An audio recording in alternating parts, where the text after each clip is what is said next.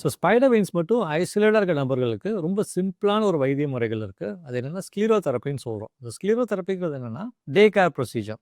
சாப்பிட்டுட்டு வரலாம், ஒரு ஹாஃப் அன் ஹவரில் அது ப்ரொசீஜர் முடிஞ்சிடும். இமீடியட்டாக வீட்டுக்கு போகலாம். நார்மலாக ரொட்டீனாக எல்லா வேலையும் கண்டினியூ பண்ணிக்கலாம். இதுக்காக ஸ்பெஷலாக எந்த விதமான இன்ஸ்ட்ரக்ஷன்ஸும் இல்லை. ரெஸ்ட் எடுக்கணும் அந்த மாதிரிலாம் கிடையாது. ரொட்டீன் ஃபுட்டு, ரொட்டீன் ஆக்டிவிட்டீஸ் எல்லாம் கண்டினியூ பண்ணிக்கலாம். இந்த ஸ்க்ளீரோ தெரப்பிகளில் என்ன பண்ணுவோம்னா ஒரு மைக்ரோ நீடில் இருக்கும். அது வந்து நம்ம ஹாஸ்பிட்டலில் அதுக்கான ஸ்பெஷல் எக்யூப்மெண்ட்ஸ் இருக்குது. அந்த ஸ்பைடர் வெயின்ஸை இன்னும் மேக்னிஃபை பண்ணி பார்க்குறதுக்கான வெயின் ஃபைண்டருங்கிற ஒரு ஒரு கருவியை வச்சு அந்த இன்னும் மேக்னிஃபை பண்ணி அந்த வெயினோட சைஸுக்கு தகுந்த மாதிரி 1 மில்லிமீட்டர் வெயினோ இல்லைனா இன்னும் மோர் தென் 1 மில்லிமீட்டர் வெயினோ அதுக்கு தகுந்த மாதிரி ஃபைன் நீடில், அதாவது ரொம்ப மெலிசான நீடில் இருக்குது.